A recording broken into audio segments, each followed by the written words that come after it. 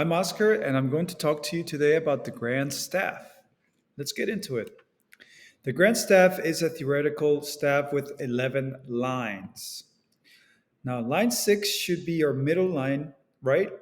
If you have 11. So let's check. One, two, three, 4, 5, 6. That is our sixth line, the middle line. What do you think will happen if we remove this middle line? Let's watch and see. Ooh, okay.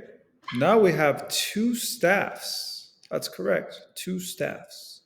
Since we are using the treble and bass clefs, because we've learned how to read them, let's use the staffs for each of our clefs. All right, so we have first the treble clef, and then the bass clef. Okay, there we go. Starting to look familiar?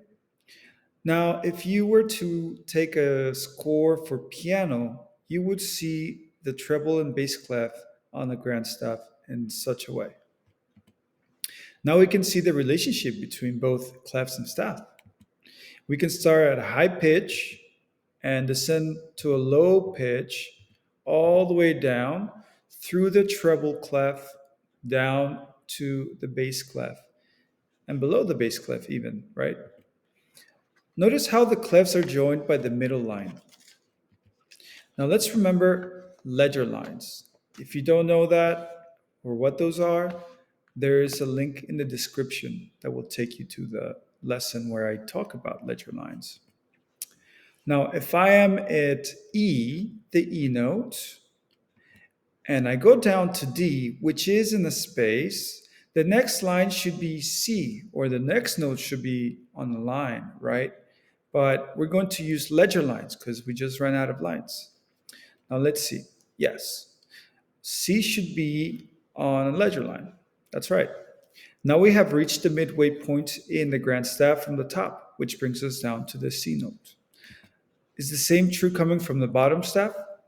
Well, let's see. We start at A, then we go up to B, which is in a space, and the next line or note should be C, and it should be a ledger line. That's right.